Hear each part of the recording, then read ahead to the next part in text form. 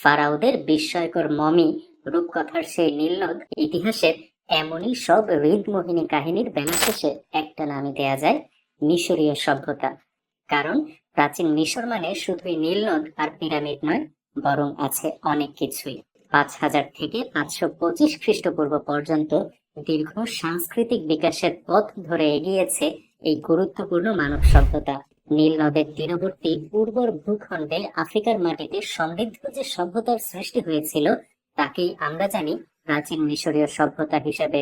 কিন্তু শুধুই কি পিরামিড আর সিংহ মানবের প্রতিকৃতি স্ফিংস? এর বাইরে প্রাচীন মিশরে ছিল দেবতা আইসিসের মন্দির, রামেসিয়াম, মালকাটা, লাক্সর কিংবা কার্নাকের মতো মন্দির। ওদিকে পেলুসিয়াম আর ইয়াফা দুর্গের পাশাপাশি বিচিত্র সমাধি তথা মাস্তাবাগুলো অনন্য স্থাপত্যিক নিদর্শন হিসেবে প্রাচীন মিশরের গৌরব বাড়িয়ে দিয়েছে বহুগুণে।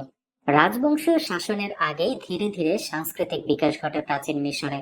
তারপর প্রাথমিক রাজবংশীয় যুগ অর্থাৎ আর্লি ডাইনাস্টিক পিরিয়ড, প্রাচীন রাজবংশ অর্থাৎ ওল্ড কিংডম, প্রথম অন্তর্বর্তীকাল অর্থাৎ ফার্স্ট ইন্টারমিডিয়েট পিরিয়ড, মধ্য রাজবংশীয় যুগ অর্থাৎ মিডল কিংডম, দ্বিতীয় রাজবংশীয় যুগ অর্থাৎ সেকেন্ড ইন্টারমিডিয়েট পিরিয়ড এবং হিক্সস আধিপত্য, নতুন রাজবংশ অর্থাৎ নিউ কিংডম, তৃতীয় অন্তর্বর্তীকাল অর্থাৎ থার্ড ইন্টারমিডিয়েট পিরিয়ড, শেষ রাজবংশীয় যুগ অর্থাৎ লেট পিরিয়ড পার করে সেখানে এসেছিল টলেমীয় যুগ এবং রোমান সাম্রাজ্য। বিভিন্ন সময়ে রাজনৈতিক পালাবদল মিশরকে নতুন করে সাজিয়েছে। অবশেষে খ্রিস্টপূর্ব 525 অব্দের ফারাও শাসিত মিশর পার্সিদের অধিকারে চলে গিয়েছিল। পরবর্তীকালে 2000 বছরের বেশি সময় ধরে মিশর পর্যায়ক্রমে রোমান, গ্রিক, আরব ও তুর্কিদের দ্বারা শাসিত হয়। 20 শতকের মাঝামাঝি মিশর আপন অধিকারে ফিরে আসার পূর্ব পর্যন্ত শেষ বহিঃশক্তি হিসেবে ইংরেজদের আধিপত্য ছিল সেখানে। খ্রিস্টপূর্ব 4500 বছর পূর্ব থেকে শুরু হওয়া হায়ারোগ্লিফিক লিপি অবশেষে বোধগম্য হয় রোজেটা পাথরে এসে।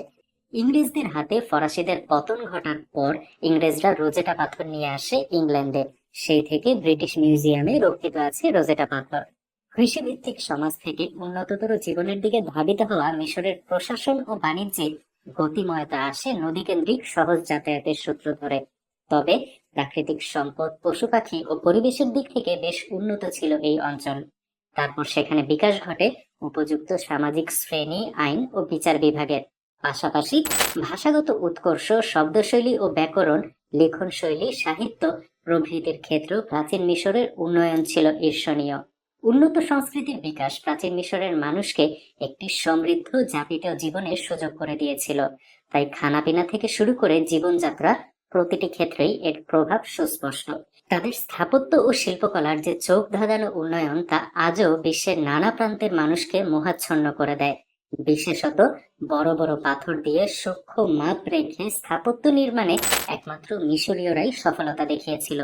তাই গিজার জায়ান্ট পিরামিড, স্ফিংস, থিবসের মন্দিরগুলো এখনো বিশ্ব স্থাপত্যের অনন্য নিদর্শন হিসেবে স্বীকৃত।